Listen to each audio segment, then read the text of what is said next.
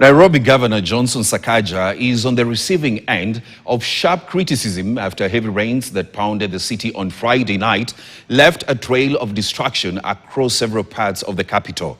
Kenyans are now blaming the first-term governor for failing to fix the city's perennial drainage problem, an issue he promised to address in his campaign manifesto.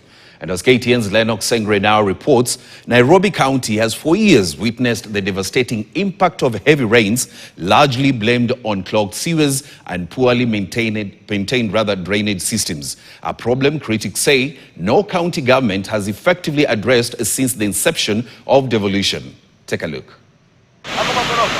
When it rains in Singapore, water flows smoothly into well-planned drainage systems.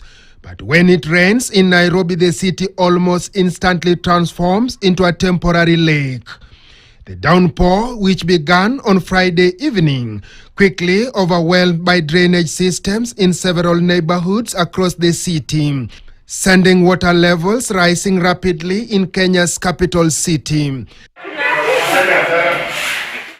The downpour, which began on Friday evening, quickly overwhelmed drainage systems in several neighborhoods across the city, sending water levels rising rapidly in Kenya's capital, a city widely regarded as county's economic hub.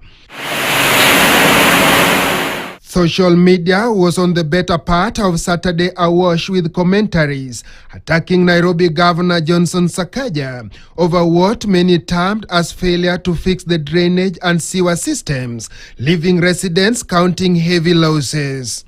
Others took to X Spaces with a storm of criticism, sarcastically placing Nairobi chief inside floods in a satirical post, dressed in a suit holding a shoe in his hand and smiling as he manages flooding city. Criticism continued to pile up online, with President William Ruto's former advisor Moses Kuria also weighing in, saying, "I have said consistently that you cannot administer Preton where surgery is required.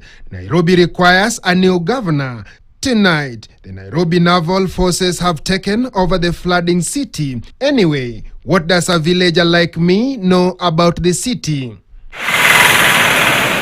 Nairobi Senator Edwin Sifuna also took a swipe at the Sakaja's leadership, accusing the administration of failure and calling for an urgent overhaul of the Nairobi city's drainage system.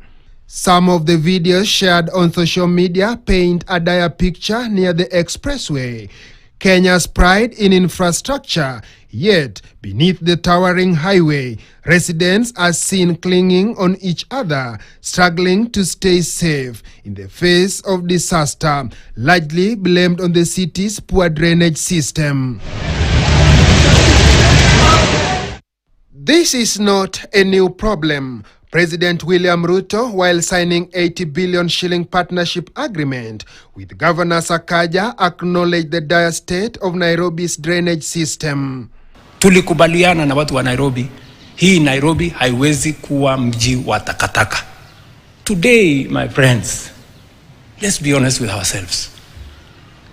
Nairobi River is a sewer, right? Right, going through the city. The center of the city is a sewer line. But in the face of such shocking scenes and recurring disasters brought by heavy rains, the question remains, will there be ever a lasting solution to Nairobi's chronic drainage crisis? For some residents who never made it back home alive, that answer may have come too late. Lennox Sengre, KTN. The catastrophic downpour that triggered massive flash floods across Nairobi